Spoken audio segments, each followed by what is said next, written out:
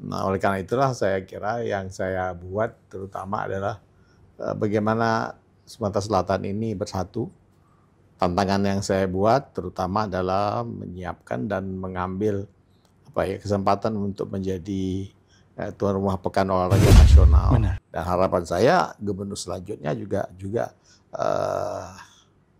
mencari cara-cara untuk bagaimana memajukan Sumatera Selatan ini, bukan saja dari sisi bangunan fisik, tetapi juga dari sisi mental. Sama, saya juga menyayangkan. Karena kalau di downgrade, maka tidak ada penerbangan langsung dari luar negeri, langsung ke Palembang.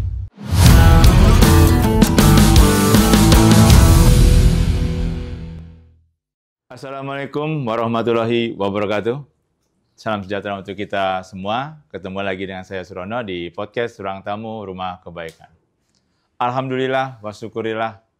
Ya Allah, ini rezeki luar biasa bagi kami tim podcast Ruang Tamu Rumah Kebaikan.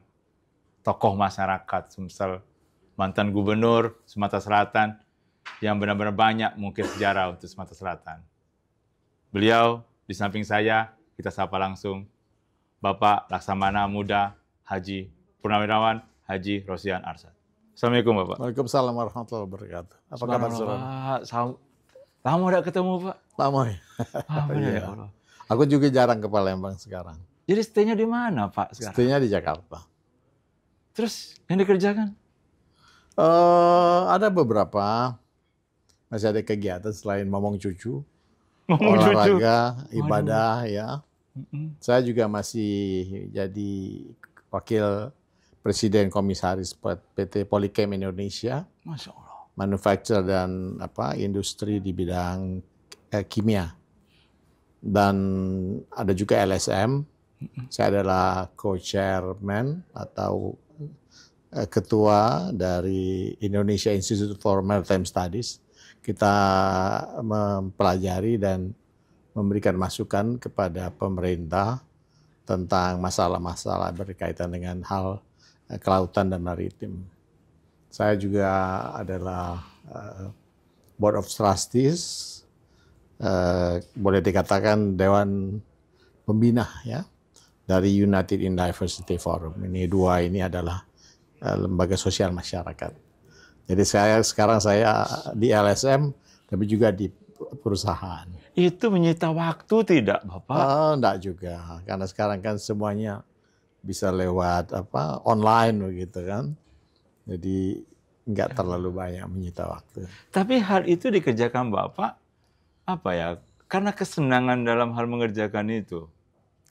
Ya, kalau LSM-nya sih memang niat untuk turut memberikan masukan ya kepada pemerintah, kepada edukasi kepada masyarakat. Tetapi kalau komisaris itu kan, ya saya kan harus bertahan hidup. Kalau mengharapkan pensiun gubernur dan pensiun perwira tinggi Angkatan Laut kan tidak cukup. Masya Allah, ini bentuk rendah hati beliau. Itu tapi bentuk sebagai sebenarnya mewakafkan diri tetap untuk membangun Indonesia, Pak. Ya insya Allah. Insya Allah. Pak, jadi kalau dalam rentang waktu 1 bulan, yang ke Palembangnya berapa hari? Jarang, sudah ya? jarang. Ini kebetulan juga saya tidak khusus datang untuk kepentingan ketemu dengan Surono, tapi ada sepupu saya yang mengawinkan anaknya di Palembang. Besok jadi saya sempatkan untuk hadir. Tapi jujur Pak, kami masyarakat Sumsel masih ingin loh bertemu Bapak. Banyak yang ingin kami tanyakan. Ya. Dan izin Pak, saya mau bertanya soal, mau tidak mau kita akan mendekati pemilihan gubernur dan wakil gubernur dan pilkada di kota Palembang. Ya. Bapak mengikuti tidak Pak? Pilgub yang saat ini gimana nih? Ada juga mengikuti, saya monitor, karena kita juga di Jakarta ada WhatsApp group, Sumatera Selatan itu banyak ya. Jadi banyak informasi yang kita serap dari teman-teman begitu mengenai kondisi Sumatera Selatan. Pengunjung, saya mau kilas balik dengan beliau. Bagaimana sepak terjang beliau ketika memimpin Sumatera Selatan. Jujur Pak, banyak yang Bapak lakukan. pondasi kuat untuk pembangunan Sumatera Selatan. PON, Tanjung Api-Api. Bisa Pak diceritakan hal itu bisa muncul kemarin ketika menjadi gubernur? Ya, perjuangannya Pak? Sebetulnya setelah saya datang kemari ya, saya kan memang besar di Palembang. Walaupun kemudian sejak lulus SMA saya meninggalkan Palembang, masuk Akademi Angkatan Laut. Tetapi yang saya perhatikan pada waktu saya mulai menjabat, Palembang ini kurang tantangan. Serius, dan Pak? Tidak percaya diri. Dikit-dikit dapat cak. Padahal kita mempunyai kemampuan untuk itu, sumber daya yang bagus, sumber daya manusia, sumber daya alam. Tetapi yang kurang adalah persatuan. Oleh karena itu perlu dibuat tantangan-tantangan bersama. Nah, tantangan bersama itu mempersatukan kita dan memberikan kita sebuah semangat untuk melawannya. Nah, oleh karena itulah saya kira yang saya buat terutama adalah bagaimana Sumatera Selatan ini bersatu. Tantangan yang saya buat terutama adalah menyiapkan dan mengambil kesempatan untuk menjadi tuan rumah Pekan Olahraga Nasional. Benar. Yang sebetulnya pertama di luar Jawa, karena selama ini kan di Jakarta terakhir 2000 tahun 19 berapa ya? Tahun 1998. Akhir 2004 tahun 2000. 2000. Tahun 2000 itu di Surabaya. Nah, 1 tahun sebelumnya ditawarkan dan di bidding untuk tuan rumah PON, dan alhamdulillah saya melihat ini sebagai satu tantangan bukan saja untuk mempersatukan tekad masyarakat Sumatera Selatan, tapi juga mempercepat pembangunan. Nah, dan terbukti adalah bahwa dengan menjadi tuan rumah PON, kita dapat meyakinkan masyarakat, pemerintah pusat bahwa Sumatera Selatan ini perlu disiapkan. Makanya kemudian bandara internasional dibangun dan lain sebagainya. Dan memang pada waktu itu saya berpikir fasilitas yang dibuat ini bukan hanya untuk Pekan Olahraga Nasional, tetapi selanjutnya bisa dijadikan ajang pertandingan olahraga di tingkat regional maupun benua Asia. Alhamdulillah. Kalau untuk Olimpiade rasanya belum ya. Belum lah kayaknya. Tetapi terbukti bisa terjadi. Dan itu juga adalah berkat kesinambungan dari kerja para gubernur, baik sebelum saya Pak Ramli yang sudah menyediakan lahan di Jakabaring. Kalau nggak ada Pak Ramli dengan Jakabaring yang sudah disiapkan, saya tidak bisa membangunnya. Kemudian sebelum selesai dan sebelum Pekan Olahraga Nasional saya diganti oleh Pak Syariful Usman. Beliau melanjutkan menyelenggarakan PON dengan berhasil. Kemudian tetap memanfaatkan sekaligus untuk memelihara stadion kita itu, karena banyak tempat stadion itu menjadi hancur seperti di Kalimantan Timur. Benar, kemudian Pak. Di Riau saya kira setelah Pekan Olahraga Nasional mereka tidak dapat memeliharanya, tetapi dengan menjadikan stadion Jakabaring itu sebagai home base-nya Surabaya, Surabaya Football Club, SFC. Iya, SFC Sriwijaya. Stadion itu tetap hidup dan kemudian dilanjutkan oleh Pak Alex. Karena waktu itu saya juga di-coding sebagai sekjen, datang ke Palembang, menawarkan kepada Pak Alex untuk menjadi salah satu tuan rumah di samping Jakarta untuk SEA Games. Alhamdulillah Pak Alex antusias, karena Pak Alex pernah menjadi bupati pada saat Pekan Olahraga Nasional, dan saya ajak untuk ikut untuk menjadi tuan rumah. Beberapa cabang olahraga. Ingat itu. Dan mengerti manfaatnya dan tentu sangat antusias untuk menerima, karena sebetulnya pada waktu itu yang sudah diputuskan oleh Pak Yusuf Kalla adalah Jawa Tengah dan Jawa Barat. Tetapi pada waktu kami berkunjung ke Jawa Tengah, Jawa Barat, gubernurnya tidak antusias. Waduh. Sumatera Selatan sangat siap. Alhamdulillah semua menjadi kenyataan. Jadi saya kira tantangan utama kita adalah bagaimana kita bersatu, Siap, Bapak. kerjasama yang baik dan bersatu padu untuk bagaimana menggapai Sumatera Selatan yang maju, terdepan dan berkelanjutan. Dan saya kira tanggal 15 Mei ini ulang tahun Provinsi Ya, Sumatera Selatan yang ke-78. Benar. Tentu saya mengucapkan selamat dan harapan saya benar-benar slogan Sumatera Selatan maju, terdepan dan berkelanjutan itu dapat terwujud, dan ucapan selamat. ya. Dan- Tapi Pak Rosihan, terbayang tidak kalau Jakabaring yang Bapak rintis akan menjadi seperti ini? Sudah saya bayangkan. Sudah bayangkan? Sudah kan. Itu Sudah grand saya design bayangkan. Bapak juga sudah Ya awalnya memang dasar-dasarnya saya buat karena tidak waktu itu ke APBD kami Sumatera Selatan hanya 300 miliar di zaman Bapak? zaman saya. Ya. Wah. Ya, naik menjadi 500 miliar, kemudian akhir jabatan saya naik menjadi 1 triliun. Tidak cukup uang untuk membangun semuanya. Jadi kita menggunakan fasilitas yang ada. Dulu kan pernah ada pekan olahraga mahasiswa. Nah, ada peninggalannya stadion, kemudian beberapa gedung olahraga itu kita manfaatkan. Tetapi untuk stadion yang utama kita akhirnya memutuskan untuk membangun di Jakabaring, dan alhamdulillah walaupun belum selesai 100%, Ya, benar. tapi dana sudah tersedia dan dilanjutkan oleh Pak Syahrul Usman untuk menyelesaikan dan menuntaskannya, termasuk menyelenggarakan pekan olahraga nasionalnya. Ini sekarang saya izin Pak, sudah mau masuk ke pembicaraan politik nih. Nah, Ini kan mau pilgub.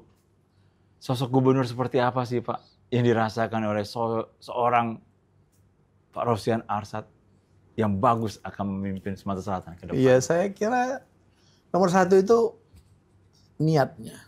Masya Allah. Ya, niatnya harus baik, bahwa memang jabatan ini bukan jabatan untuk kepentingan pribadi, keluarga, atau kepentingan yang lain, tetapi betul-betul untuk membangun dan mensejahterakan masyarakat. Ya, sehingga itu yang harus kita pertama mulai dari situ.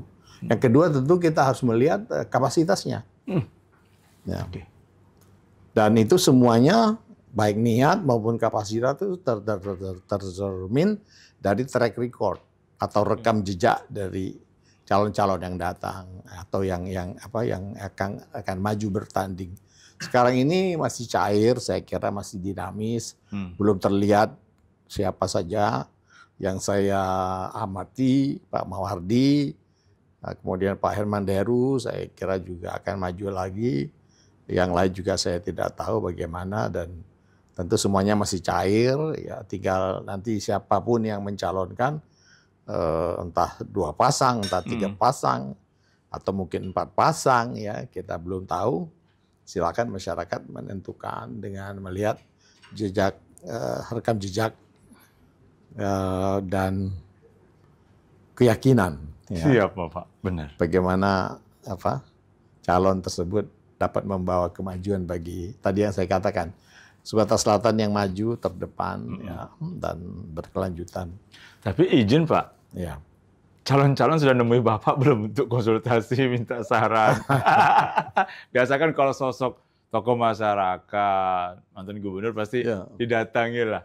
Ya, ada beberapa kali calon-calon datang ke tempat saya yang lalu-lalu. Iya. Dan untuk kali ini baru 1 yang datang, Pak Mawardi. Iya. Mawardi Yahya sudah datang, dan saya katakan bahwa selama Pak Mawardi betul-betul berniat untuk membangun Sumatera Selatan, tentu saya dukung, karena saya prinsipnya ingin Sumatera Selatan ini maju. Ya. Tidak stagnan, tetapi harus terus, karena pembangunan itu berkesinambungan. Benar Pak. Apa yang dilaksanakan oleh Pak Ramli, saya dilanjutkan oleh Pak Sarial, kemudian oleh Pak Alex Nurdin, dan harapan saya gubernur selanjutnya juga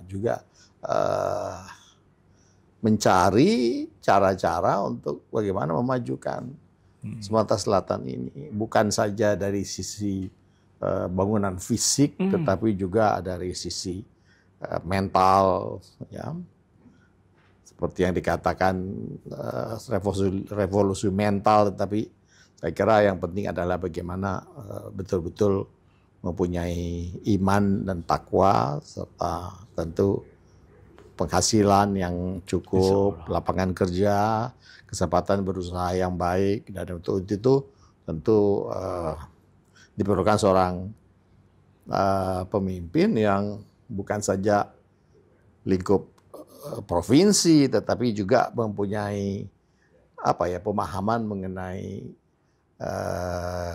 geopolitik regional, apalagi internasional. Saya kira begitu. Tapi ada tidak nasihat khusus, wejangan khusus yang Bapak sampaikan ketika calon minta masukan ke Bapak? Dan saya kira sudah saya katakan tadi, niatmu benar apa enggak begitu? Langsung tembak ke situ, Pak. Ya. Benar-benar, tergantung niat semuanya. Kalau niatmu memang untuk membangun, saya dukung. Tapi kalau niatmu tidak untuk itu, ya kepentingan pribadi, ya bagaimana saya bisa mendukung? Karena memang saya mencintai Sumatera Selatan seperti kita semua, dan harapan kita Sumatera Selatan ini menjadi provinsi yang maju, jangan sampai berhenti lagi. Siapa, Pak? Karena kita ini dulu saya kira kalah dengan Lampung, tapi dengan Medan, tapi sekarang kita rasanya sudah sejajar, bahkan melebihi. Tapi kalau kita berhenti, tidak ada kemajuan, maka pasti kita akan ketinggalan lagi begitu, ya. Padahal Sumatera Selatan sudah dikenal, dan saya melihat perkembangannya cukup baik, ya, walaupun ya akhir-akhir ini saya lihat, ya minta maaf ya, belum ada kejutan-kejutan lain atau lompatan, tampaknya stagnan, dan mungkin ini juga kita perlukan pemimpin yang punya visi-visi yang baik. Oh, ini nasihat yang sangat bijak loh dari Pak Rosian, bagaimana calon pemimpin jangan hanya mengedepankan kepentingan pribadi, tapi niat dulu, Pak, ya. Ya. Pak, saya mau menyoroti juga soal Sumsel ini selalu terkenal dengan zero konflik. Masyarakatnya adem. Pilpres adem, walaupun ada konflik sebesar apapun. Nah, untuk Pilgub ini bagaimana kira-kira menurut Bapak? Apakah tetap masyarakat Sumsel ini seperti apa sih? Kalau Bapak melihat saat ini? Memang banyak suku, ya. Iya loh, Pak. Ya. Baik suku asli maupun suku pendatang, tetapi selama ini dapat berhasil kondusif, dan harapan saya pemilihan ini kan demokrasi itu one man one vote, artinya setiap suara siapapun dihitung sama, ya.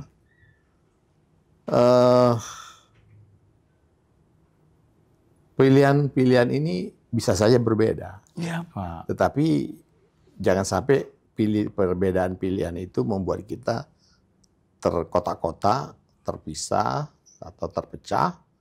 Dan harapan saya, dan saya yakin akan kondusif, karena selama ini juga selalu demikian. Ya, walaupun calonnya menang atau kalah, saya kira akhirnya mereka dapat bekerja sama kembali, dan mudah-mudahan itu terjadi.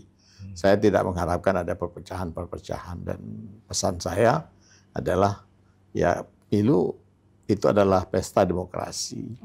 Jadi kalau kita bilang secara pesta, itu kita laksanakan dengan riang gembira. Harusnya, ya. Pak. Siap. Bukan dengan dengan kebencian, apalagi dengan fitnah dan lain sebagainya. Nah, untuk mata pilih, Pak, partisipasi pemilih juga, Pak, Sumsel ini sangat tinggi loh, Pak. Apakah ini Bapak mencermati juga pendidikan politik di Sumsel sudah bagus ya, Pak? Ya, saya kira demikian. Sudah cerdas, dan memang sudah mulai menyadari bahwa suara mereka menentukan masa depan mereka, masa depan mereka ke depan. Ya. Oleh karena itulah mereka antusias untuk datang, dan mudah-mudahan organisasi pelaksana pemilu ini betul-betul dapat mengorganisir ya TPS-TPS dan lain sebagainya itu dengan sebaik-baiknya seperti yang terjadi pada waktu yang lalu. Ya. Tapi izin nih, ngomong-ngomong Bapak menggunakan hak pilihnya sudah di Jakarta apa di Palembang sih Pak? KTP saya Jakarta. KTP Jakarta. Jadi saya terpaksa di Jakarta. Terpaksa di Jakarta. Memilih di Jakarta. Tapi sering-sering lah Pak, ke Palembang, ke Sumsel, untuk sedikit memberikan pencerahan ke masyarakat Pak, nanti menjelang Pilgub, Pilkada di daerah-daerah Pak. Iya insya Allah. Jadi tapi masyarakat sudah cerdas. Tidak perlu terlalu banyak dicerahkan. Masya Allah, betul rendah hati tokoh masyarakat ini memang kadang melebihi kita. Kita ingin beliau sering ke sini, tapi tidaklah Pak. Apalagi generasi muda Pak. Generasi muda masih perlu sentuhan nasihat-nasihat lah Pak. Izin Pak, mendekati hari terakhir podcast, khusus untuk generasi muda. Bagaimana mencermati Pilgub dan Pemilu Kada. Silakan Pak. Seperti saya katakan, pemilihan umum itu adalah untuk masa depan. Dan harapan saya tentu generasi muda itu berperan aktif. Siap. Ikut untuk memilih, jangan golput, ya, tetapi bersuara melalui pemilihan.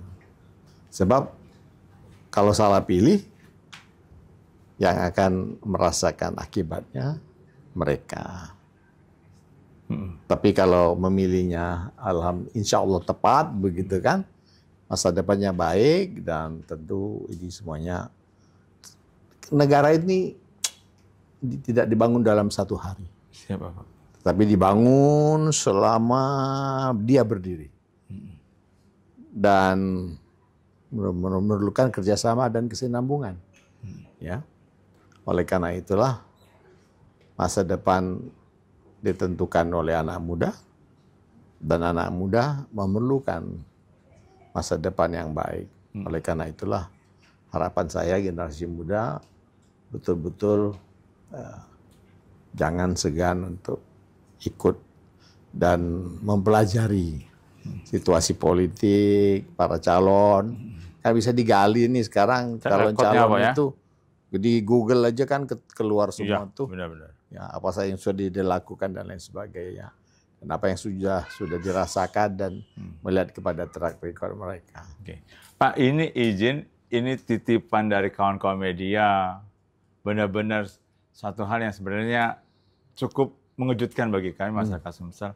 Ketika bandara tercinta kita, Sultan Mahmud Badarudin II, turun grade, Pak. Ya.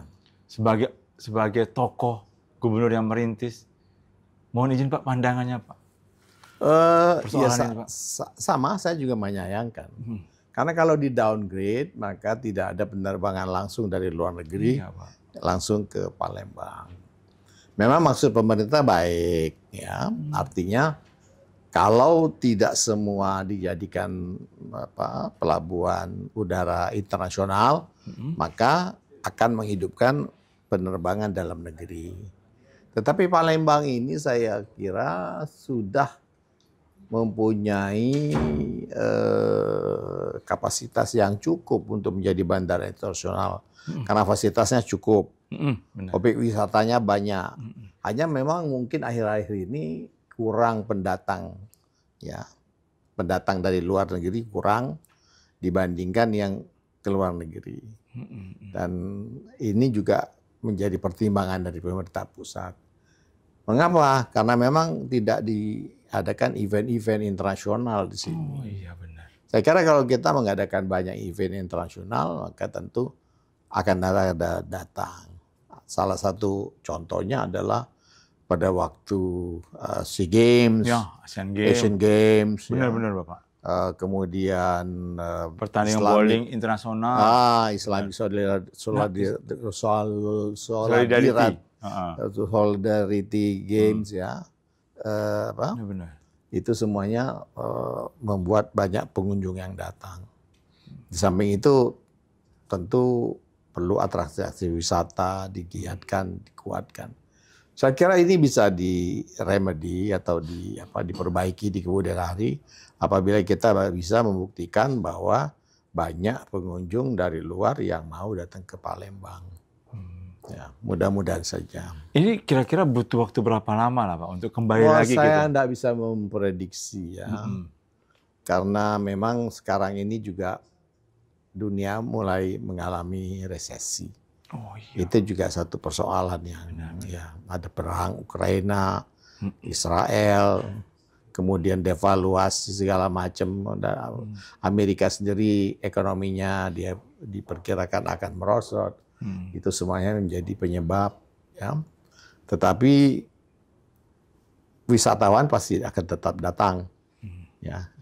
Kalau ya kita cukup mempunyai kreativitas untuk mendatangkan mereka. Bagaimana caranya? Ya tentu memperbaiki melakukan event-event ya. Event, kemudian menjual ya. Benar Pak. Menjualnya ini bagaimana? Bagaimana menjual dan sehingga orang tertarik sehingga untuk orang membeli tertarik dan untuk datang ya. Itu. Tapi Bapak tetap yakin Palembang, Sumsel punya potensi untuk... Oh iya. Potensi kita banyak sekali. Baik itu wisata alam, wisata budaya, kuliner. Ya, pempek kan katanya nomor 4 terpopuler di... Terenak Pak. Ya, makanan terenak, terfavorit lagi. Sedunia loh Pak. Sedunia ya. Nomor 4 kan nomor itu 4. juga menjadi satu kebanggaan. Modal untuk karena pariwisata itu adalah sebuah industri yang yang sustainable. Ya. Cocok. Berbeda dengan industri ekstraksi batu bara misalnya ya, nikel segala macam itu kan ekstraksi merusak alam. Tapi kalau pariwisata tidak, dan itu mendatangkan devisa dan menggerakkan ekonomi lokal. Jadi saya kira itu merupakan salah satu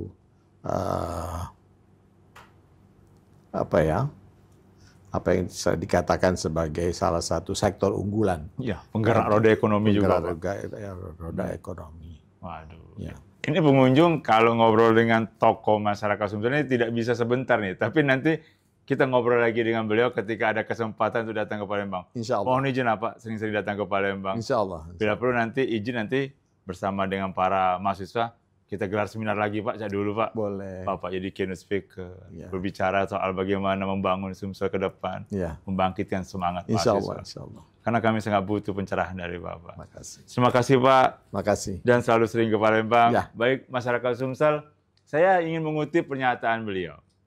Ingat, Palembang ini walaupun berbeda, banyak suku, agama, ras, antar golongan, tapi selalu dikenal sebagai provinsi yang sangat damai dalam menghadapi berbagai macam pemilihan umum.